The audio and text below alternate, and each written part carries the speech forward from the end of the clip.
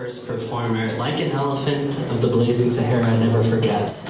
We all have those loves that we remember and wish we would remember, and Chris Freeman indeed does remember in his piece, Dear Rachel. So please, welcome Chris Freeman to the stage.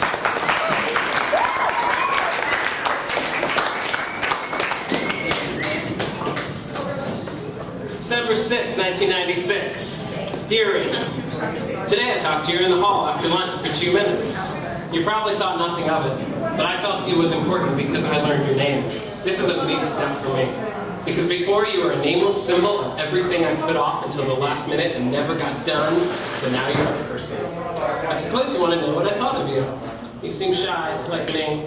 You seem like you'll only get close to people after you've had time to get to know them. Like me, you seem nice, even if you hate me, you're not showing it. That's very considerate. I haven't decided yet whether or not we would even work out. I don't even know you. You are still a mystery to me. Maybe someday you'll hear this and laugh. Chris. Tuesday, December 10th, 1996. Dear Rachel, today I talked to you for a few minutes before first period. I didn't talk about anything important. I was just talking to state my presence in your life. All I have to say is, what the fuck?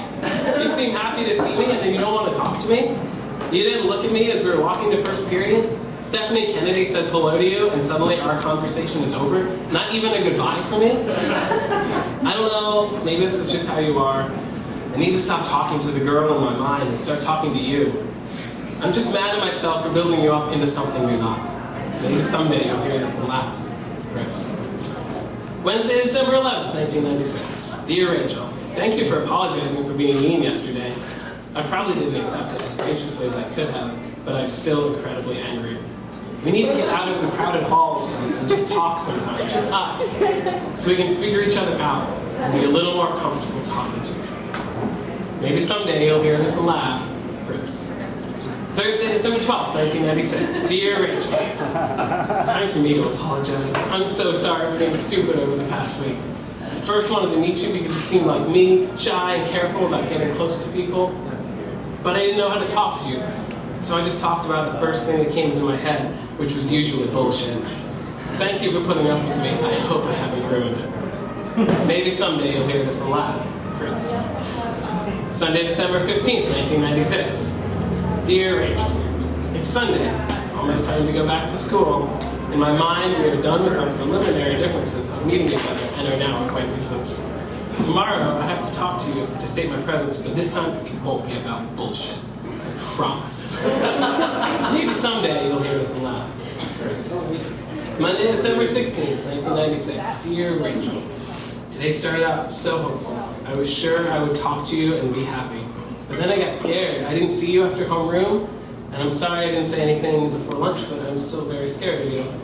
I have no idea how to get close enough to you so that you'll talk to me.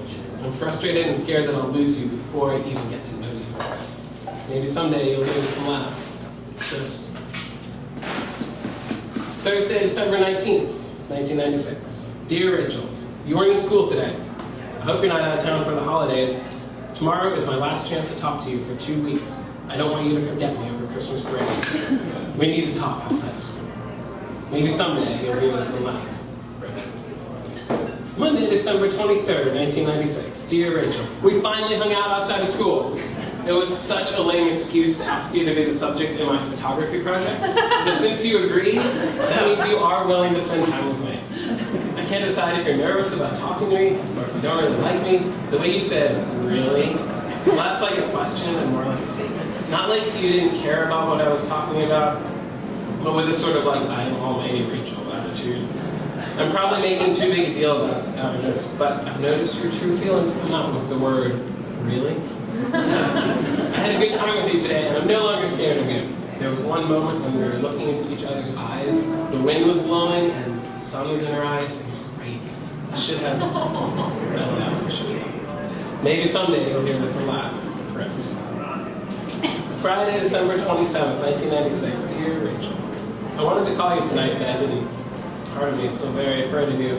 Then I think about the girl I took pictures of on Monday, the girl who spontaneously did that gymnastics thing, and the girl who looked into my eyes, and I think you might actually be able to stand a person like me. Maybe someday you'll hear this and laugh. Chris. Saturday, December 28th, 1996. Dear Rachel, I feel like a fool. Tonight I called your house just to talk to you, but you weren't home. That's not why I feel like a fool. It took me an hour to get up the nerve just to pick up the phone. And that hour wasn't spent watching TV, or reading, or doing something. It was just me pacing back and forth around my house, yelling at myself and being scared of you. I think about you every day, and all you have to do is say, fuck you, and it's all over. It's all up to you. Maybe someday you'll hear this laugh. Monday, December 30th, 1996. Dear Richard, the year is almost over, and I probably won't see you again until school starts. It's very disappointing because I wanted to ask to spend New Year's Eve with you, just talking about stupid shit. Today I called you. I wanted to tell you about my new car and ask about New Year's and everything, but I couldn't. I bailed. I told you about my band's next show, and then at the first awkward pause, I ended the call. All I want to do is be able to talk to you, but I'm so scared. I guess you just need to sit down and talk about stupid shit. But why would you want to? I haven't given you any reason to want to get to know me.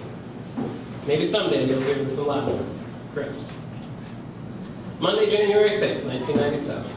Dear Rachel, I've waited so long and hoped and dreamed so much.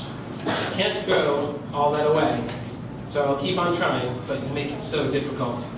I guess that's because I haven't really given you any reason to get to know me. I need to open up to you and be the me that I am here in the room or when I'm alone. Intelligent, pondering, open-minded. I need to stop being the dork in the hall.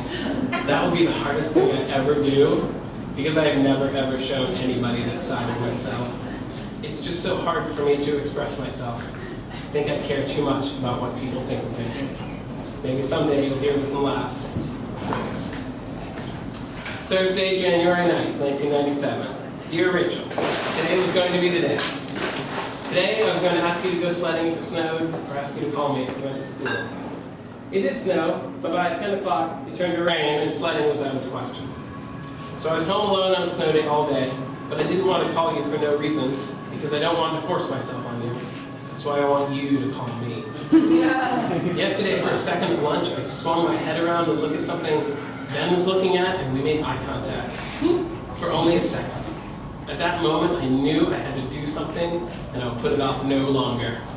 Tomorrow will be the end of all my hopes and dreams, or it will be the beginning of a new life for both of us. Maybe someday you'll hear this and laugh. Friday, January 10th, 1997. Dear Rachel, today was the day. I told you I wanted our relationship to go further. I also said I didn't want to barge into your life any more than I already have. Then you did something, then I did something that might have been a mistake. I told you I was afraid of you. In response to this, you scared me more. You gave an evil grin and said, good, that will keep you from getting too interested. I don't really know what to say right now, but this is not over. I have even more to ask you now, if only you'd call. I call you, but, you know, I'm too scared. Maybe someday you'll hear this and laugh. Chris. Sunday, January 12th, 1997. Dear Rachel, you never called. I guess, no, I know this means you don't want to have a relationship with me. I have given up all my hopes and dreams of us. I know I'll never hold your hand under the stars. I know you'll never keep me up too late talking on the phone. I know I'll never tell you everything. I know you'll never hear this and laugh. I still want to know the answers to some of my questions. The more important ones I will ask you in the crowded halls, and then I will slowly and quietly fade from your life until I am just another face in the hall. Chris.